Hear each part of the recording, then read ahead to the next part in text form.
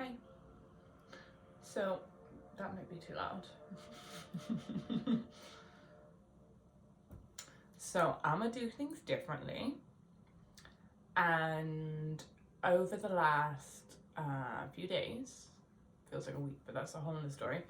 Over the past few days, I've just written down.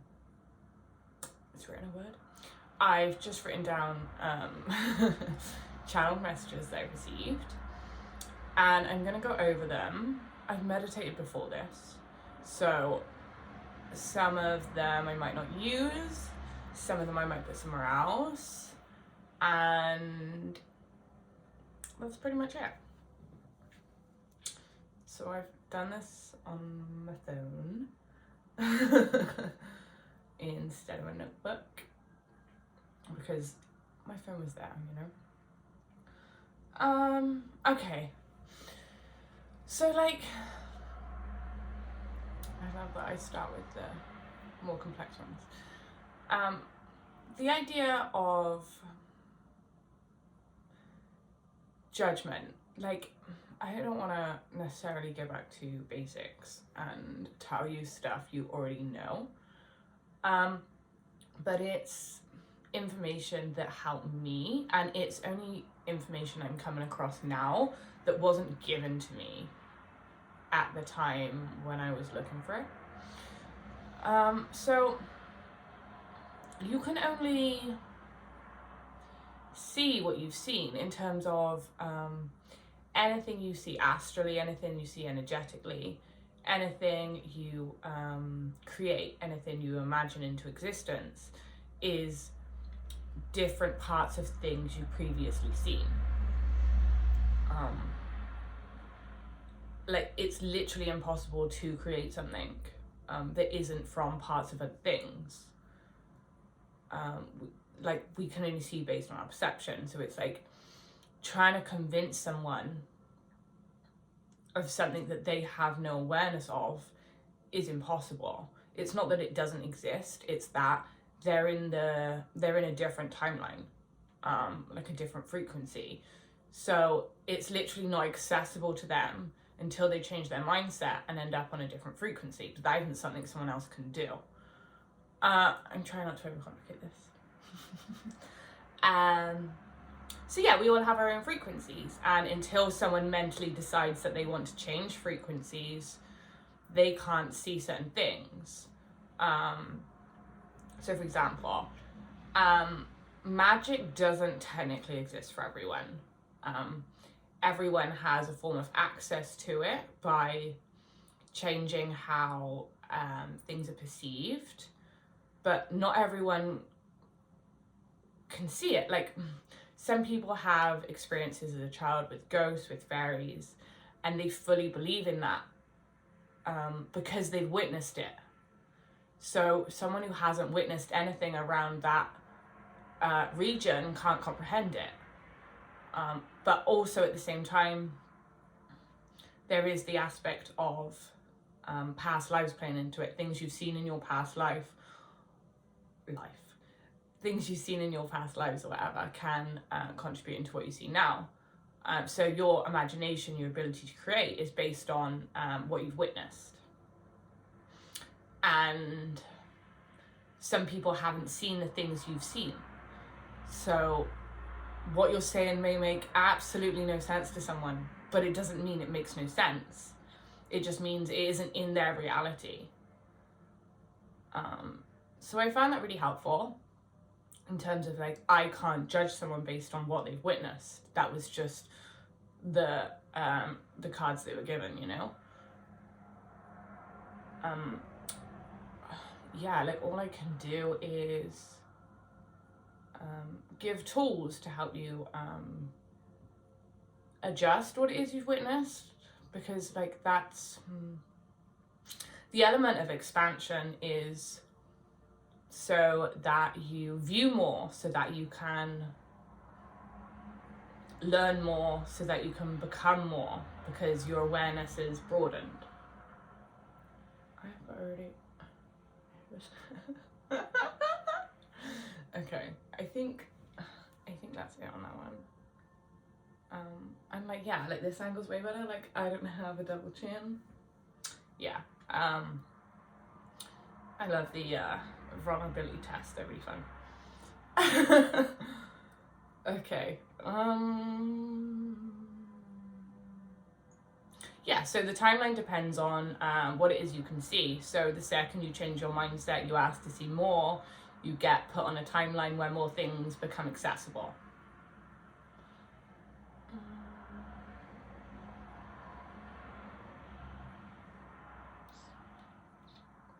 This is me currently going through this.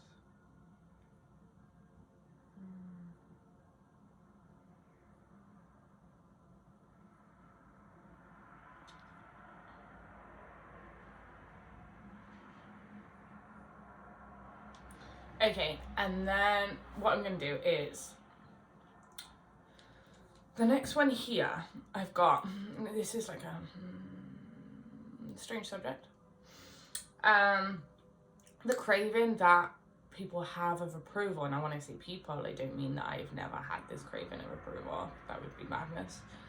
I just mean, we're told to shut it out so much.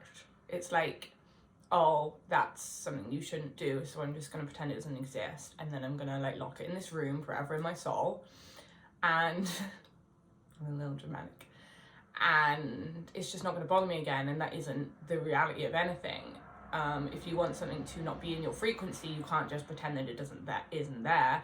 You need to work out why it's there and remove it, and then it's not going to come back.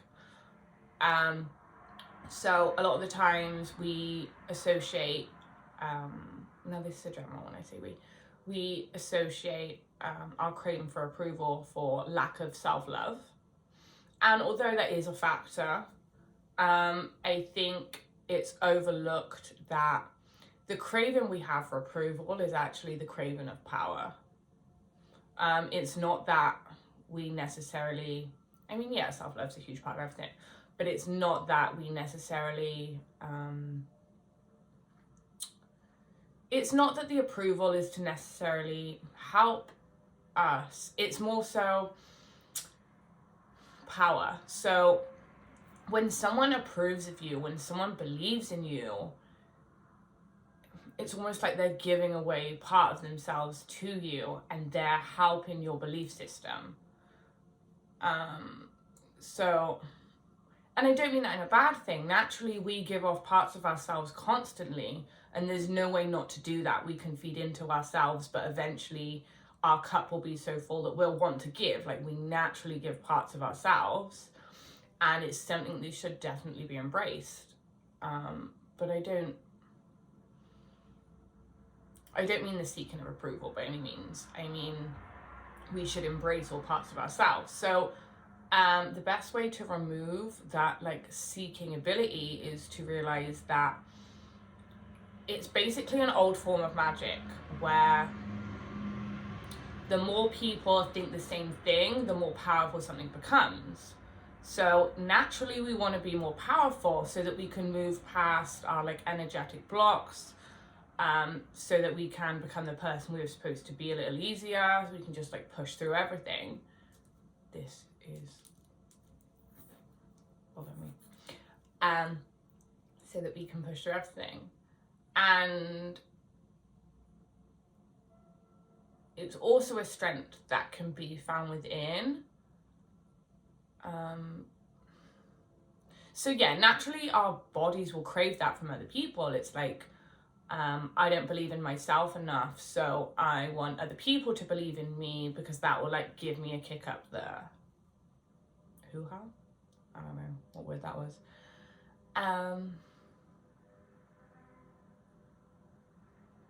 But so it's like, if you recognize that that is a normal human emotion, and you recognize that you're searching for that because you feel like you need strength at that time, or you need like some extra love or whatever, I just sort of looked at it and was like, oh, that's a perfectly normal human emotion. It isn't something I should shut out. I see that I'm literally craving power, but when you look at it, you're craving your own power. You're not craving anyone else's power. I found that I like when I truly think about it, I crave nothing that isn't mine. I crave nothing that isn't destined to be in my life. I'm just in search of my own power. I don't know if that makes any sense. But I just feel like self-love can only get you so far. Like it can get you like 95% of the way. And the rest is searching in whatever way you do that. But yeah, just like the power that comes from within you is far more powerful than almost borrowing other people's energy. And I don't mean that in a bad way. I'm not like, oh, everyone's walking around borrowing each other's energy. Like they are, but that's part of life. Like that's it. Like it's something that you can't judge other people for. It's like walking, you know. It's something that is done in the process of everything. People are meant to exchange energy along the way, you know. What else have we got? I feel like that's what we have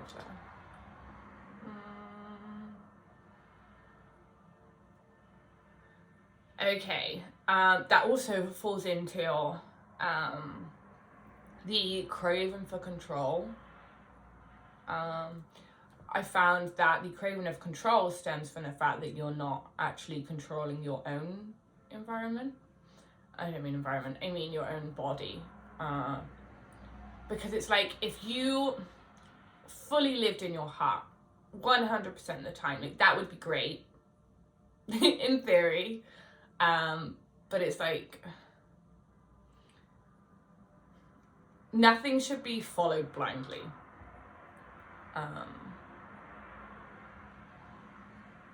Like your heart isn't gonna be practical all the time. Like your heart isn't gonna, there's like an element of practicality that's required. Like the brain and the heart need to work together. Feel what's in your heart, listen to it, but also check in with your brain before you make any crazy moves. And vice versa. So the craving of control is almost like your heart and head need to work in sync and not to overpower the other with the other. And sort of, it's almost like your human is a control room, right? And you need to work out how to control that. And I don't mean suppress anything. I mean explore things, work out why they're there, and control your emotions in a way that they're channeled into things that are going to help your growth rather than things that are going to encourage you to stumble. I think that's everything we have there. What else we got? This maybe slightly slapdash. Okay, so again with that, I've literally wrote here, your heart doesn't know of any human limitations and the mind doesn't know of any emotion, so you have to check in with both.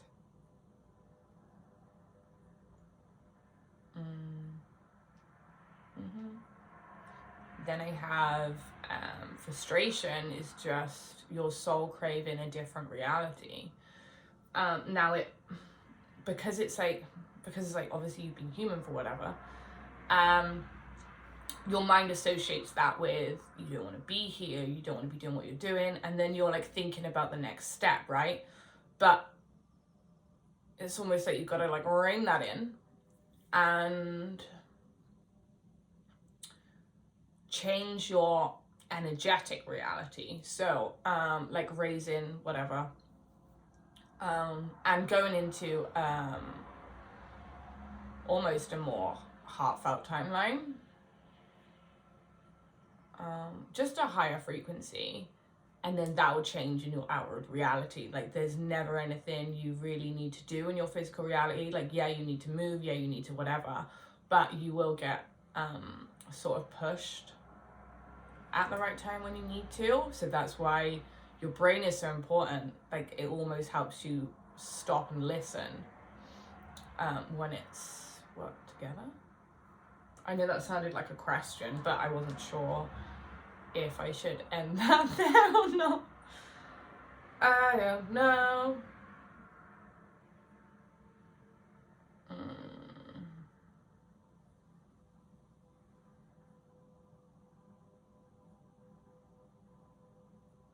Okay. And we have two more things, but I forgot one of them in the 30 seconds that I just put my phone down. I forgot both of them.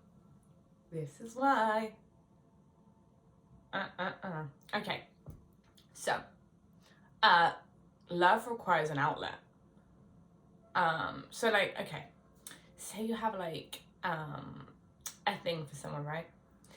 And things they don't work out for whatever reason. And you feel like your heart needs to talk in those circumstances, but you know that talking isn't going to help that situation at all. I found that it's basically your heart requesting to be used. And I mean that in a good way. It's like the energy that our heart admits has to go somewhere, because just being like, just like removing that and being like, I'm not interested, blah, blah, blah, like that isn't gonna work. Okay? So you have to put that love somewhere. Whether that be into work, into another person. I don't mean like switch people like a madman, but like you do you. I mean, put that into a friend that needs it, or a family member that needs it, or put that extra love into yourself. But it's almost like the denial of feelings will suppress that like big ball of love that you have. So put it somewhere, and it would just make the process easier. Yeah, like it just needs an outlet. Like naturally we give love away constantly, and it's not something that we should keep to ourselves. It's great to recharge ourselves. It's great to look after ourselves. But it's almost like when you're full, it's time to give to others. And sometimes our souls crave giving love to others, and that doesn't make you a bad person, and that doesn't make you unaligned in any way. That just means you have a heart that wants to do things, it wants to change things, and sort of respect the fact that your heart has love to give. Just put it in constructive places. What else we got? I love the fact I do 15 accents during this. Oh yeah. Okay. Another one, which is like, these are all like basic things, I know. But it's just little things I found out about them, which just really helped me sort of like not buy into any of it anymore.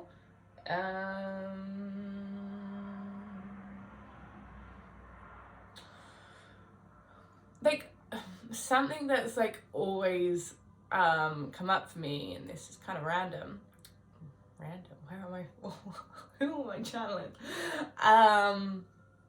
is you have the same amount of hours in a day as Beyonce. And like it was on a mug like 5 years ago, and I saw it and was like, oh my god, I do. Wow, I'm Southern. Nice. And I was like, I do. Like these people that seem to do so much within their day, they don't have any more hours than me. And it's like, what am I doing with my life? And I tried time management, that didn't work. I tried scheduling things more, that just made me more anxious. A lot of people say that a schedule will help you be more disciplined and whatever. Like, no, I just feel like, oh, what do I need to do now? What do I need to do now? And I'm like rushing around like a crazy person.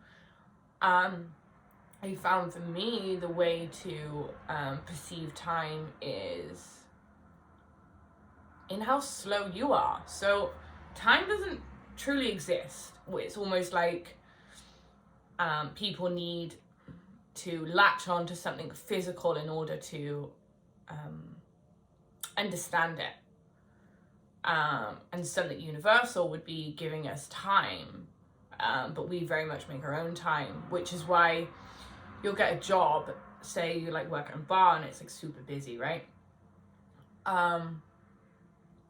That shift could be a 6-hour shift, but it could feel like 2 hours because all you're doing is rushing around. And then say you worked in a bar that was very quiet, that shift is going to feel a lot longer. If you watch anyone that's like very spiritual, I mean like middle of nowhere, no technology spiritual, generally they will say that time is very slow and you have all the time in the world and that kind of thing. And it's something that I think in most people, we've proven it ourselves, like we've seen the effects of how slow we are and how fast we are. It's just something we don't necessarily pay attention to in everyday life.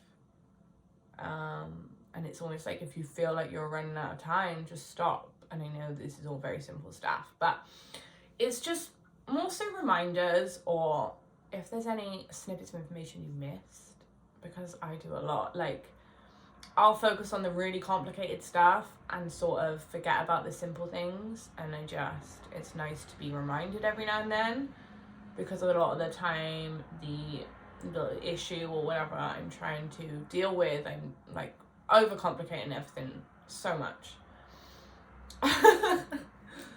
So I'm trying not to. What else have I got?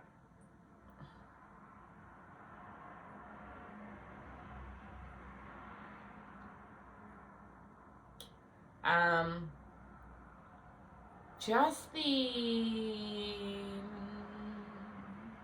humming, yeah.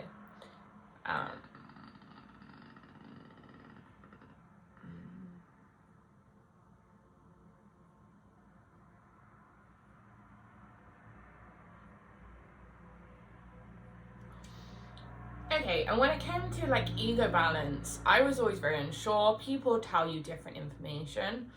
And that's not to say that what they're telling you isn't true. It's just to say that we are all on slightly different timelines. So all of our belief systems are going to be slightly different. So don't listen to someone and like eat the whole bit of information up and that you're like, yeah, that's what I'm basing this on. Like, it's great to, that will happen occasionally where you will be on a very similar frequency to someone.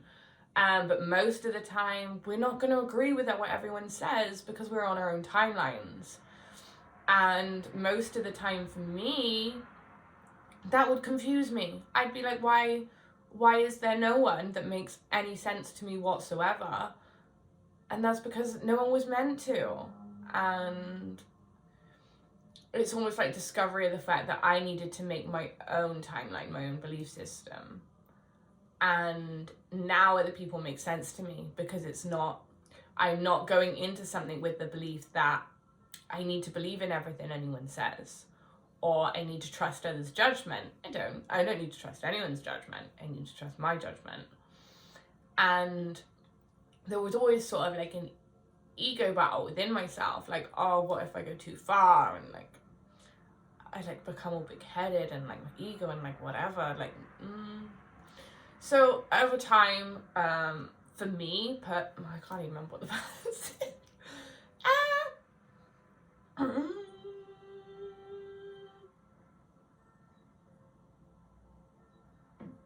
Okay, for me, my perfect ego balance is being perfectly aware of who you are, standing in your power, but never using it for the wrong reasons. And also realizing that no one in this world is better than you. And like, I know that seems very counterproductive, but hear me out. No one is better than you, but also no one is lower than you. So it's sort of I don't know, I feel like a lot of the time in the community or whatever, there's almost this fear of saying that no one's better than me. But I believe if everyone thought that no one was better than them, but no one was worse than them, then everyone would just almost accept differences, you know? It's like if you look at a celebrity and you're like, oh, they have this, they have that, like they have all these things they don't have, then that's the second that you've sort of like given up on yourself. And I don't know where I'm going with this. I just say things. So I think it's important to know that these people aren't any better than you. They don't have anything that you don't have internally. It's just a case of they've recognized what they have internally and they've projected it, not projected in a bad way, but they've brought it into the world. So anything that they have, like all these qualities that you see in other people are yours within you. So almost finding those qualities within you and unleashing them puts you in a place of, if you've seen someone do it, that means you can do it too, which goes back to perception and how we can only almost view what we've seen. Watching someone else do something puts it into your energy, and then you can then achieve these things a little easier. Almost giving you a better will and a clearer manifestation. That's all I'm gonna do. I'm just gonna do this as like an extra video, and I'm gonna do a possibly quicker tarot reading. I hope this actually does make sense. Or at least like get some good energy from this.